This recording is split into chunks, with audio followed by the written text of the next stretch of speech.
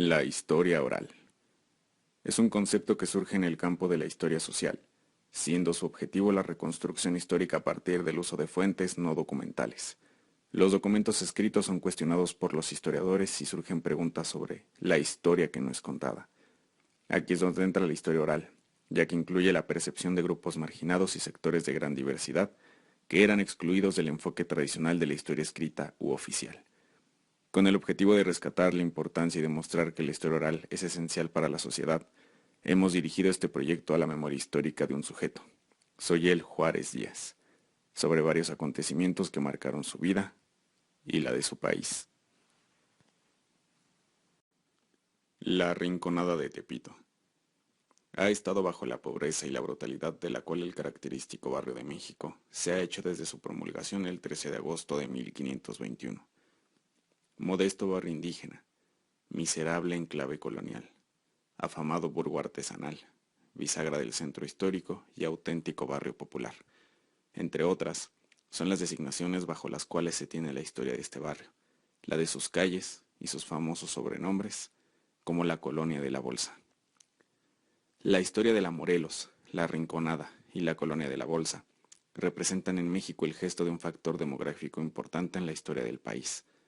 Los relatos de sus habitantes significan la vida de la colonia que no se encuentra en los libros, aquella que se construye en el seno del barrio y que solo se conoce oralmente.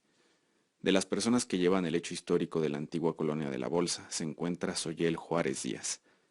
Habitante de Tepito, nació debajo de un anafre de cemento ubicado en la cocina de la casa de sus padres, con un nacimiento azteca, como él lo llama, por el hecho de relacionar a todos aquellos aztecas que nacieron debajo de sus anafres, donde el calor y los brazos de las rinconeras, aquellas que ayudaban en los nacimientos, le dieron la bienvenida a uno de los barrios más característicos de México. Con un nombre que su padre, el cual era muy apegado a la religión, le dio como contraste entre las creencias aztecas y católicas, Soyel llegó al mundo representando a Dios en la división de su nombre, Soy Él. He estado analizando parte de mi vida. Creo que fue muy afortunada por una razón.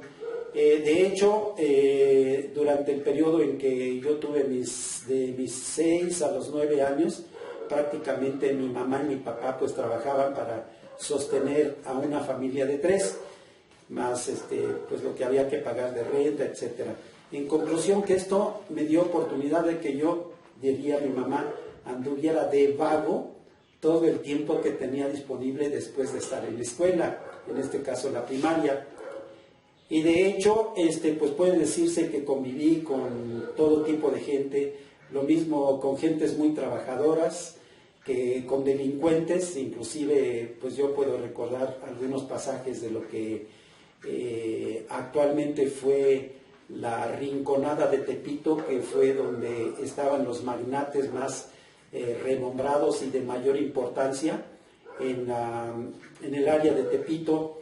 Conviví con algunos de ellos, conviví que en el frontón de Tepito, que era un área donde se congregaban pues prácticamente todos los grandes delincuentes de la colonia, y algunos muy buenos deportistas, entre ellos el Ratón Macías, Raúl Ratón Macías, y algunos otros personajes que trataron de destacar en el ambiente del deporte.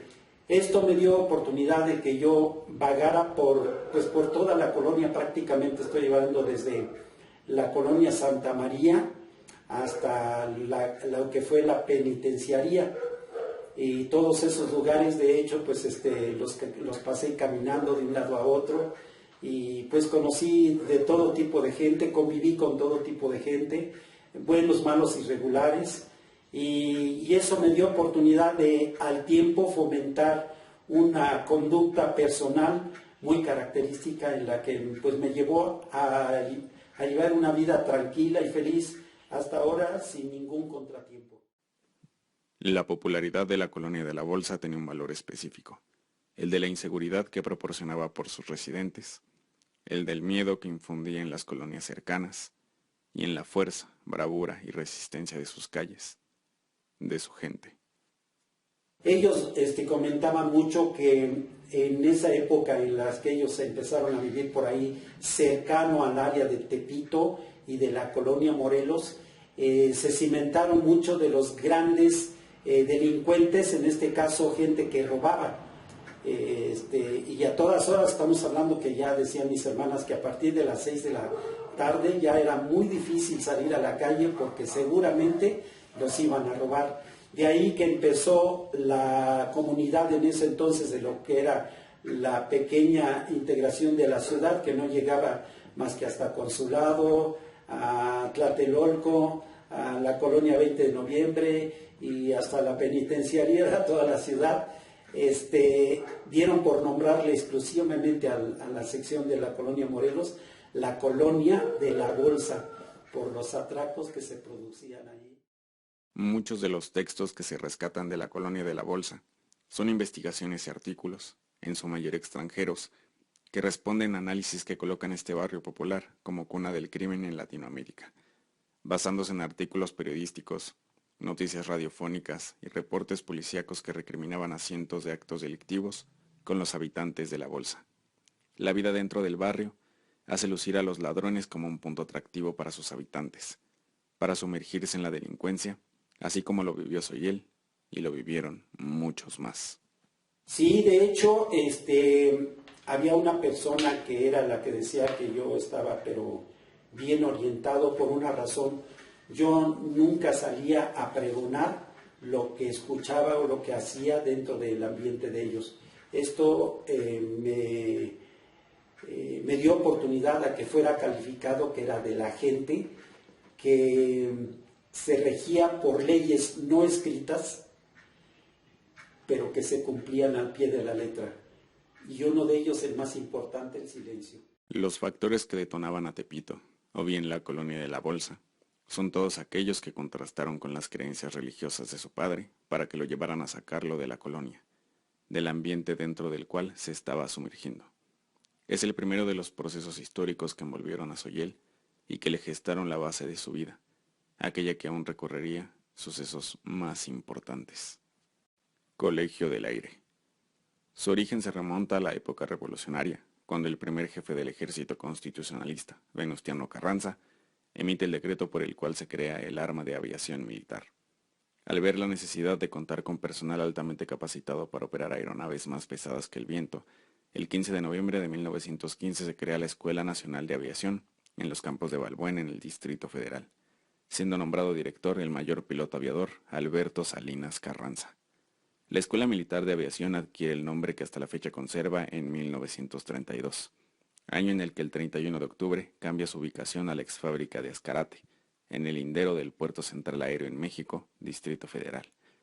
En el año de 1935 la escuela se trasladó a Veracruz y más tarde, en 1939, es cambiada a Monterrey, Nuevo León.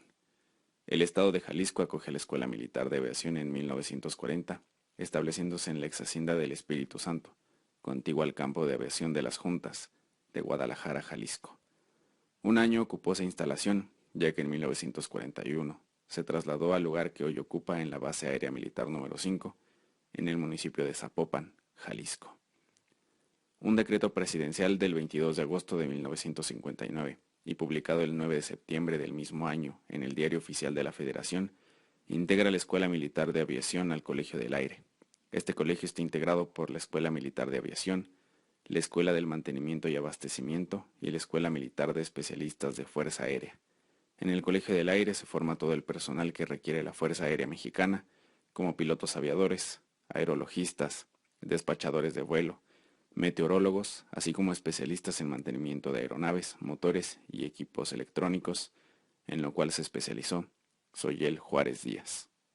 Sí, de hecho, hubo algo que detectaron tanto mi mamá y mi papá, de que tenía yo dos primos mucho mayores que yo, que también andaban dentro de ese ambiente, pero que lógicamente no querían que yo me involucrara con ellos, ni que me involucrara con el grupo de la delincuencia de Tepito. Por consiguiente, de una u otra forma llevaron la voz a mis papás, y ellos, para bien o para mal, buscaron la manera de desintegrarme del ambiente. De una o de otra manera, a través de familiares que eran militares, pues yo pudiera ingresar a lo que fue la Escuela Militar de Mecánicos y Aviación, que desgraciadamente en ese momento tuvieron que desplazarse a la ciudad de Guadalajara, más bien al municipio de Zapopan, que está ahí pegado a la ciudad de Guadalajara, y que era la base aérea militar número 5 del Colegio del Aire, que exactamente se inauguró el Colegio del Aire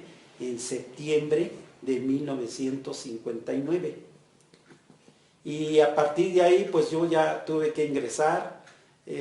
Para mí fue un impacto muy terrible porque de estar dormido en casa muy calientito y demás y apapachado por mamá y papá, pues de repente despierto y estoy ahí en un ambiente militar algo rudo, bastante rudo, con jefes pues muy apegados al ambiente militar, con gentes de mi antigüedad, que pues estábamos en el mismo nivel, muchos, o la gran mayoría, yo puedo decirle, de los 115, 125 que ingresamos, por lo menos el 92%, 90%, eran gente de provincia, y éramos muy contaditos los que éramos de aquí, de la Ciudad de México. Sin embargo, ese cambio tan rudo de vida, de pues estar apapachadito en la casa, calientito a la cama, los alimentos a la hora pues que uno prácticamente quería, pues cambiaron totalmente a una disciplina muy rígida, muy estricta, y a la cual pues me costó mucho trabajo adaptarme, porque sin duda puedo decirles que hubo en 3, 4 ocasiones en que pensé en desertar, porque pues la verdad era muy ruda la vida del ambiente militar. Y sí, yo aconsejaría a muchas de las gentes que si llegan a tener familiares o demás dentro del ambiente militar, pues que les den todo el cuidado y toda la atención necesaria, porque es muy rudo estar en una escuela militar. Dentro de las rudezas les voy a platicar algunas de las que se dictaban por ahí. Había unos dockers que eran de aproximadamente unos 80, 90 centímetros de ancho, por una profundidad aproximadamente de 1 metro y una altura como de 1,50, 1,60. En ella cabía una persona perfectamente bien, un poquito inclinada y demás.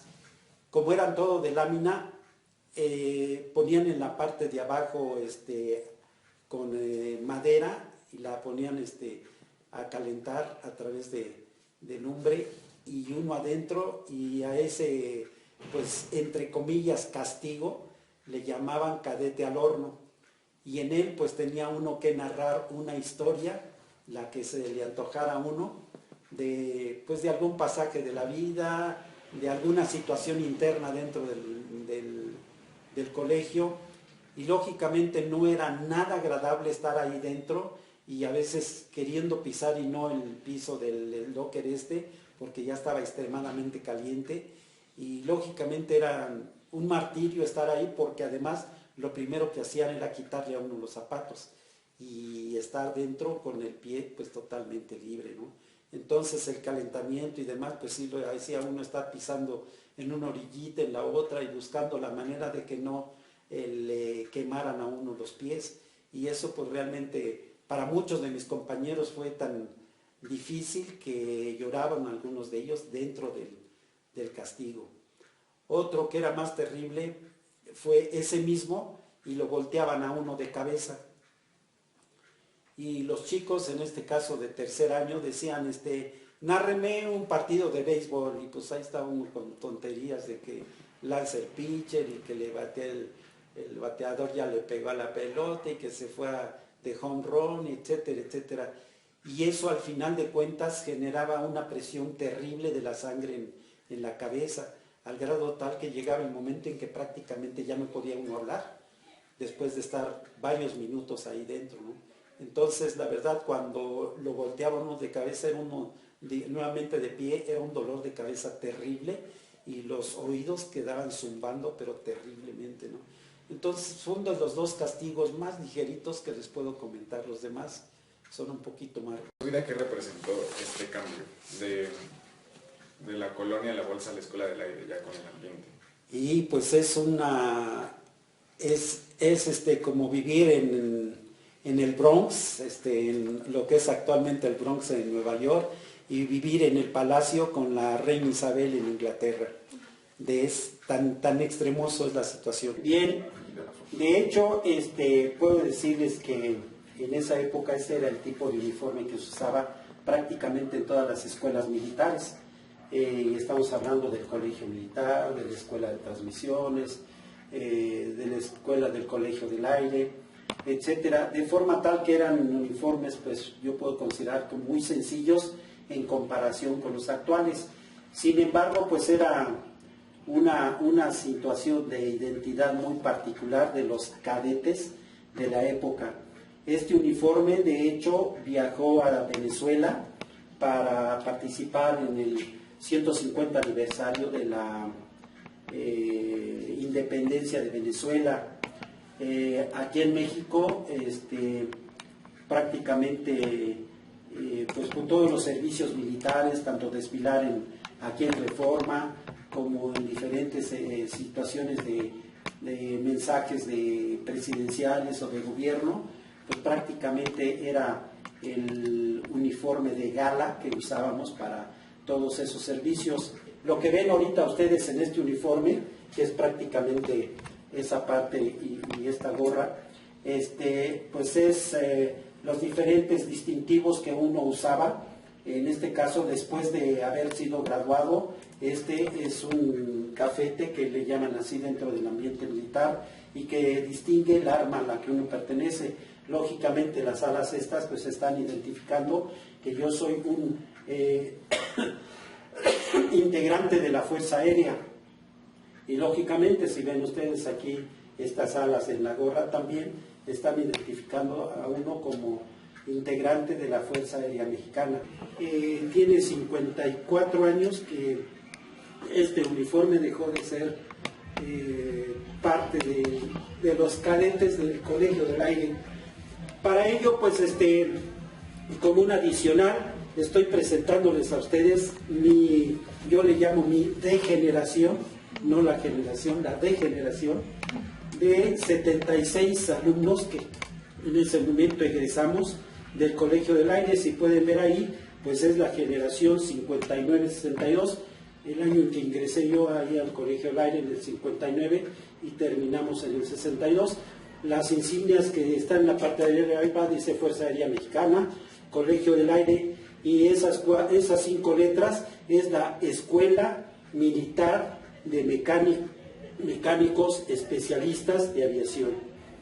Y el grupo de 76, pues les mencionaba yo, de los 115 o 125 originales que éramos, pues prácticamente desertaron una buena cantidad de ellos, quedando esos 76 en graduación, de los cuales 16 se quedaron en Guadalajara, y el resto salimos para acá, para la Ciudad de México, para presentarnos en la Defensa Nacional, que era la forma en como anteriormente se distribuía al personal de egresados de una escuela militar. Se presentaban en la Defensa Nacional y ya de ahí les asignaban pues algún lugar, en el caso de nosotros alguna base aérea, algún centro de mantenimiento, etcétera, con el ánimo de prestar ya los servicios que le correspondían a los egresados de una escuela militar. Movimiento estudiantil de 1968. Verano de 1968, cuando las voces de miles de estudiantes salían a las calles exigiendo libertad y justicia ante el gobierno de Gustavo Díaz Ordaz. Nadie esperaba que terminara en una sublevación reprimida con sangre, marcando a todo un país. México. Nunca se imaginó que el pleito estudiantil callejero entre la Vocacional 2 y 5 contra la escuela Isaac Ochonterena daría inicio a todo un episodio que marcaría con sangre la historia de México. Durante los enfrentamientos que suscitaban entre estas escuelas, el gobierno decidió mandar a los granaderos a cubrir alrededor de la ciudadela para vigilar y detener a aquellos estudiantes. Sin embargo, estas intervenciones agravarían la situación a hechos violentos, provocando que los mismos estudiantes comenzaran a rebelarse por medio de huelgas, marchas, paros indefinidos dentro de sus planteles, para exigir la libertad de los alumnos presos después de los primeros enfrentamientos. Y yo en este caso ya voy a referir a la ESIME.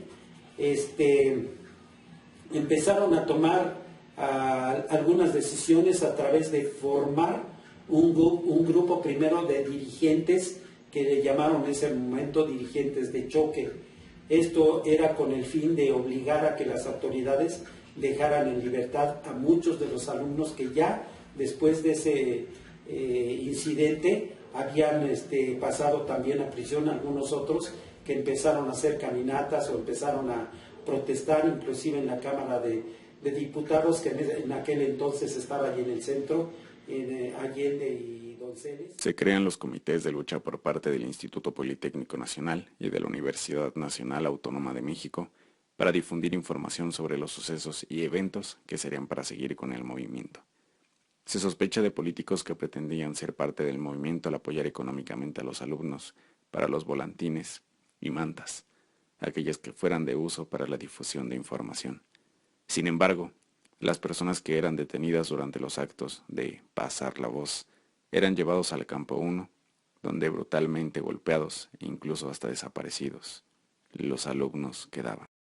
Esto inclusive empezó a irritar más, ya no solamente a las entidades del Politécnico, sino que la universidad empezó a formar grupos también, que llegó el momento en que les llamaron el Comité de Lucha. Y se empezaron a organizar tanto en la universidad como en el Politécnico, grupos que trataban de dar información al público a través de volantes, a través de pláticas, a través de pequeños mítines que se hacían. Empezó a agravarse más la situación cuando la policía pretendió intervenir, en este caso los famosos granaderos de la época. La situación se empezó a cada vez a agravar más al momento de que algunos políticos pretendieron ser parte del movimiento. En este caso el señor Carlos Madrazo, el señor Alfonso Martínez Domínguez, que pretendieron apoyar con situaciones económicas al generar y tener la oportunidad de tener mimeógrafos, de papelería para poder hacer volantes, y sobre todo cuando empezaron a formarse pequeños grupos, células, yo le llamé en ese momento, de información, y que lo mismo se daba información en todo lo que era el corredor de las zonas fabriles, todo Vallejo, como en comunidades donde la población era muy numerosa, caso de Ciudad Nezahualcóyotl, La Merced, Tepito, Tacubaya, Mixcoac, y de alguna forma puedo decir que hasta ahí, porque ya la parte sur la controlaba la universidad. También 2 ocasiones yo logré caer al campo militar número 1. Afortunadamente todavía existía ahí un buen amigo, no voy a nombrarlo porque no voy a hacer la de malas, que al conocerme me dijo que yo qué hacía. Pues ya le expliqué. Este señor de alguna forma me dijo, espérate en la noche, yo te voy a sacar de aquí porque la situación se va a poner terrible. Al final de cuentas, este señor, a través de algunos conductos ahí en algunos caminos en el campo número 1, me logró sacar y ya me dijo, vete aquí derecho, que era la avenida del Conscripto, y hasta donde encuentres un taxi o camión o lo que te pueda sacar de aquí a la mayor brevedad posible. La segunda ocasión ya fue un poquito más fácil porque este amigo me consiguió un uniforme, me lo logré colocar y ya salí del campo número 1. Pero sí puedo decirles que muchas de las gentes que llegaron a ese campo número 1, pues sí fueron muy maltratados, algunos de ellos inclusive con lesiones muy graves en piernas y parte del cuerpo. Esto con el ánimo de que ante la publicidad que había en ese momento por parte de noticieros y demás, pues nunca saliera a la luz pública que algunos de los estudiantes estaban golpeados, sangrando, etcétera, ¿no? Pero sí las lesiones eran bastante graves en el cuerpo y piernas. Esto al final de cuentas, más que doblegar la fuerza con la que los estudiantes estábamos en activo, pues nos orilló a hacer y a tomar situaciones un poquito más violentas, como 8 días antes del 2 de octubre en la plaza de Tlatelolco, en donde pues se hizo una reunión bastante grande y que dio muy buenos resultados. Inclusive la intención era seguir promoviendo el movimiento hasta la inauguración de los Juegos Olímpicos, situación que desgraciadamente, pues por lo que ustedes pueden saber del 2 de octubre, pues ya no se llevó a cabo. La matanza fue muy terrible. Sí me consta a mí en lo particular de que muchas de las gentes que quedaron en la plataforma de Tlatelolco, pues sí iban muy mal heridos o prácticamente ya muertos. Recogieron a muchos cuerpos y los metieron a los camiones estos de los militares. ¿A dónde los llevaron? Les mentiría si les digo que los llevaron a un determinado lugar, porque ya no hubo oportunidad de saberlo.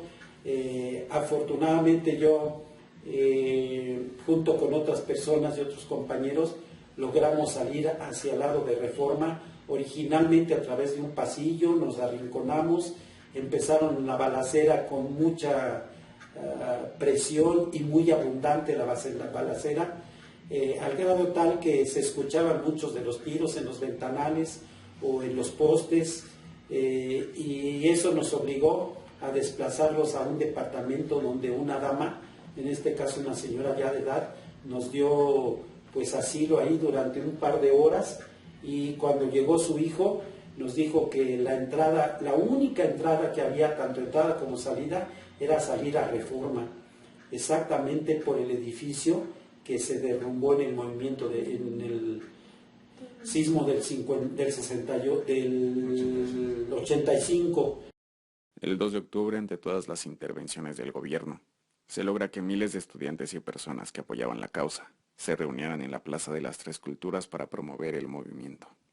Sin embargo, ese día se convertiría en las peores y eternas horas de toda la Ciudad de México, ante los gritos de auxilio y miedo, los cuales se perderían en los estruendos de las ametralladoras. Sí puedo agregarles que siempre me pareció extraño que los dirigentes que siempre estaban en la mesa de participantes y que organizaban las reuniones, eran a los primeros que agarraban a la policía, y sin embargo al otro día estaban nuevamente en las mesas. Entonces yo me pregunté posteriormente, digo, bueno, ¿cómo es posible que a nosotros, que luego andamos corriendo y más, nos llevan al campo número 1 y nos detienen a muchos, y estos señores que son los dirigentes, al otro día ya están nuevamente en la mesa, dirigiendo prácticamente las asambleas?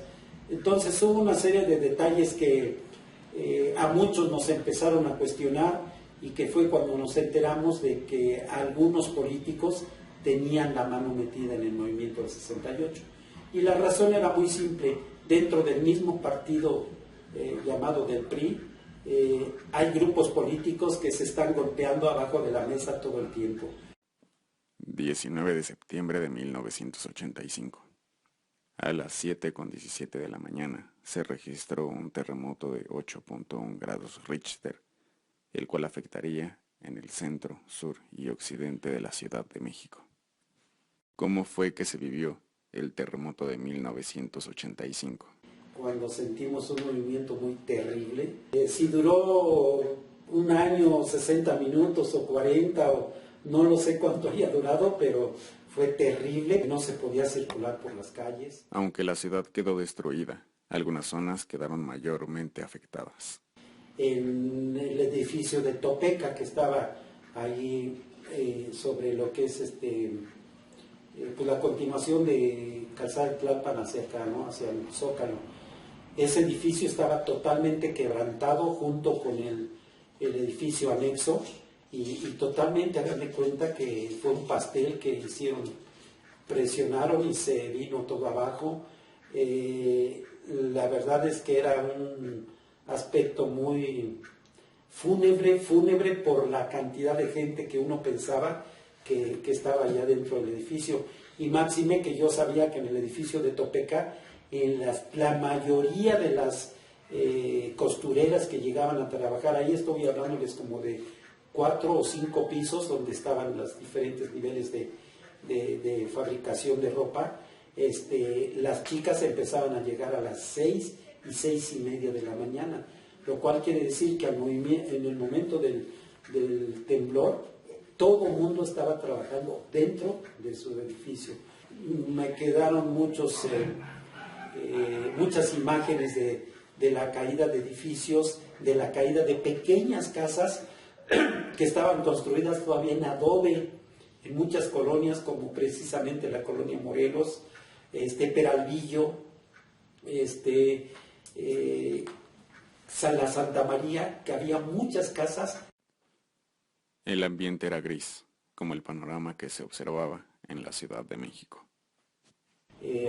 Los 2 días que volví a salir a buscar trabajo era peor todavía, porque ya andaban las cruces llevando gente, muchas gentes muertas, etcétera, y sí era muy lamentable ver todo ese escenario, que era muy tétrico, muy difícil de digerir, y que en algunos casos pues mucha gente recuerda con mucha tristeza porque fueron familiares los que murieron ahí. Y el haber visto luego imágenes posteriormente de lo que era el Hospital General y al verlo casi destruido, el Hospital Juárez, que también prácticamente destruido, el condominio que estaba por allá en la colonia Roma, que también se vino abajo, en fin, toda esa clase de estructuras. También el señor Rey David Pérez Yáñez relata su experiencia durante el lamentable suceso. Experiencia inolvidable que jamás la voy a dejar pasar, porque en ese momento empezaba yo mi carrera. Estaba yo en las instalaciones en el Instituto Politécnico. Su vida diaria se vio alterada por la destrucción de la ciudad. A partir de la glorieta de Insurgentes hacia Nativitas, donde yo vivía, pues me fui caminando desde el metro Insurgentes hasta casi Tasqueña. ¿Por qué? Porque no había transporte. Entonces fue cuando me di cuenta de la gran magnitud del movimiento. Dentro de los edificios nadie haya vivido, a excepción por las cavidades que de repente se hicieron y que lograron sacar a gente más o menos viva, que fue el caso de los niños estos que sacaron del Hospital General, de algunos personajes que lograron salvarse porque se les formó una especie de cueva y no los llegó a impactar el edificio. Entonces, pues realmente esas gentes sí vivieron una situación terrible, pero los que estuvimos fuera nada más imaginando las atrocidades que había provocado la caída de los edificios, ¿no? Los medios de comunicación fueron seriamente afectados. Televisa se vino abajo por completo. De alguna forma en este caso las televisoras auxiliares, que fueron las del Canal 13, en aquel entonces un Canal 8 que medio funcionaba, pues prácticamente salieron con sus equipos portátiles, y a través de una sola antena que funcionaba, pudieron auxiliar a muchos de los periodistas de otras empresas. Y estoy hablando no solamente de Televisa, sino de periódicos que también se impactaron sus máquinas, inclusive impresoras, y que de alguna forma también se vieron afectados en cuanto a su comunicación. El caso de Novedades, por ejemplo, es un periódico que desapareció, se le impactó todo su sistema electrónico de comunicación, y prácticamente sus periodistas tenían que llegar hasta allá, dar la nota y casi estársela dictando allá al que estaba haciendo la impresión para que pudiera salir el periódico. Sí les puedo decir de la torre que le llaman de la torre telefónica de San Juan, en donde se cayeron casi como el 75% de los equipos. O sea que prácticamente la ciudad se quedó incomunicada vía telefónica, tanto vía telefónica como vía sistemas de radio.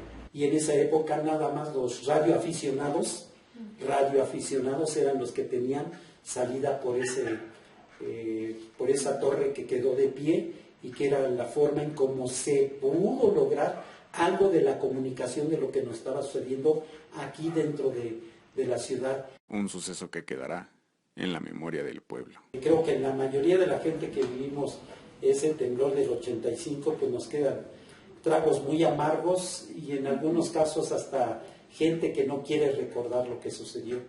La forma en cómo se movía y se escuchaba el movimiento de la tierra fue muy terrible. Hacía falta mucha ayuda por parte del gobierno. Eso es lo que había, mucha desolación, mucha desesperación, gente buscando a sus parientes.